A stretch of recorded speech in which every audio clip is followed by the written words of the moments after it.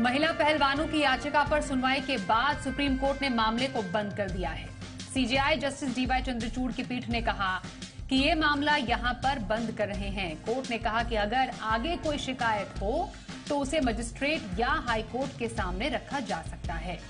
अदालत ने कहा कि महिला रेसलर्स को सुरक्षा दी गई है। उनकी मांग बृजभूषण पर एफआईआर दर्ज करने की थी, जो पूरी हो चुकी है।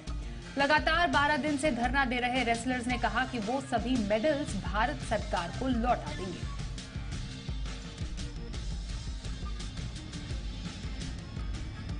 बिहार में हो रही जाति गणना पर पटना हाईकोर्ट ने रोक लगा दी है। चीफ जस्टिस विनोद चंद्रन की बेंच ने आदेश दिया है कि गणना तत्काल रोकी जाए। हाईकोर्ट ने कहा कि अब तक जो डेटा कलेक्ट हुआ उसे नष्ट नहीं किया जाए। मामले पर अगली सुनवाई 3 जुलाई को होगी।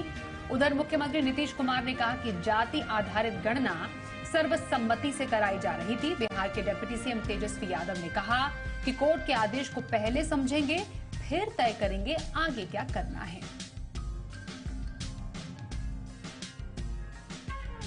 शरद पवार के इस्तीफे के ऐलान के बाद से एनसीपी के तमाम नेता उन्हें मनाने में लगे हुए हैं। आज फिर मुंबई के वाईबी चौहान सेंटर में एनसीपी नेताओं ने बैठक की। सेंटर के बाहर शरद पवार के समर्थकों का जमावड़ा लगा रहा। इस पर पवार ने कहा कि कार्यकर्ताओं की मांग का सम्मान किया जाएगा। साथ ही उन्होंने कहा कि उन्हें इस बात का दुख है कि कार्यकर्ताओं से बिना बात किए ही इस्तीफा दे दिया।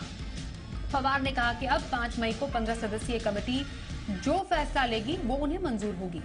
उधर कांग्रेस नेता राहुल गांधी और तमिलनाडु के सीएम एमके स्टालिन ने भी उनसे फैसला वापस लेने की अपील की है।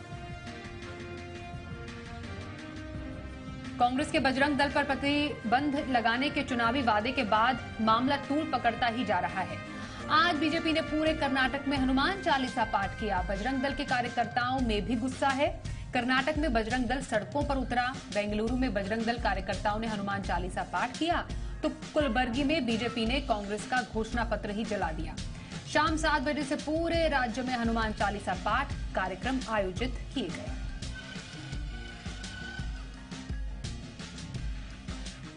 जम्मू कश्मीर के बारामूला स्थित वनिगम पाइन क्रेरी इलाके में सुरक्षा बलों ने आज 2 आतंकियों को ढेर कर दिया। आज तड़के इलाके में आतंकियों के छिपे होने की जानकारी मिली थी। इसके बाद वहां पर सर्च ऑपरेशन चलाया गया। आतंकियों ने फायरिंग की, जिसके बाद मुठभेड़ शुरू हुई।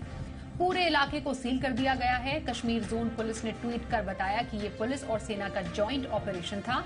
आतंकियों के पास से एक AK-47, एक पिस्टल और गोला बारूद बरामद किए गए हैं।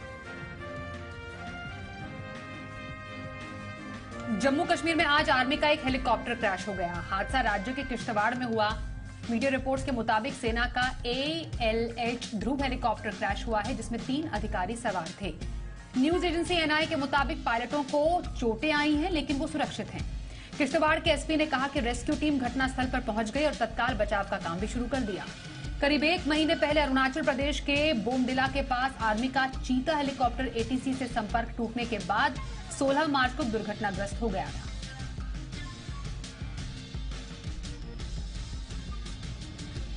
यूपी के मेरठ में गैंगस्टर अनिल दुजाना को STF ने मुठभेड़ में ढेर कर दिया है। जानकारी के अनुसार कुख्यात अनिल दुजाना को STF ने भोला झाल पर घेर लिया। इस दौरान दुजाना ने पुलिस पर फायरिंग करते हुए फरार होने की कोशिश भी की।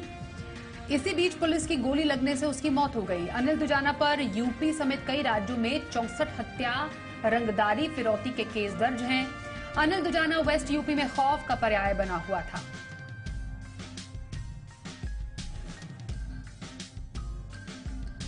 मणिपुर हाईकोर्ट के एक फैसले से राज्य में तनाव बढ़ गया है। हालात को देखते हुए सेना को तैनात कर दिया गया। सेना के जवानों ने आज राज्य के विभिन्न इलाकों में फ्लैग मार्च किया। कानून व्यवस्था बनाए रखने की कोशिश की जा रही है। आपको बताएं कि बुधवार को विभिन्न छात्र संगठनों ने ऑल ट्राइबल स्टूडेंट यूनियन के बैनर तले मणिपुर के सभी 10 जिलों में मार्च निकाला था। इस दौरान जमकर हिंसा भी हुई। प्रदर्शनकारी मैती समुदाय को जनजाति का दर्जा देने का विरोध कर रहे हैं। बताएं आपको, मणिपुर हाईकोर्ट ने अपने एक फैसले में कहा था कि सरकार को मैती समुदाय को जनजातीय वर्ग में शामिल करने पर विचार करना चाहिए। कोर्ट ने राज्य सरकार को इसके लिए 4 हफ्ते का समय दिया है।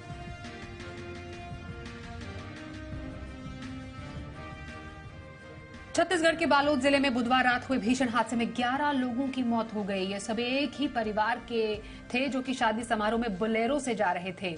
रास्ते में ट्रक ने गाड़ी को टक्कर मारी। इसके चलते मौके पर ही सभी की मौत हो गई। एक घायल 1.5 साल की बच्ची ने रायपुर ले जाते वक्त दम तोड़ दिया। जानकारी के मुताबिक बुधवार रात को करीब 9:30 बजे इनकी गाड़ी नेशनल हाईवे पर बालोद के जगतरा पहुंची। इसी दौरान सामने से आ रहे ट्रक ने बोलेरो को टक्कर मार दी।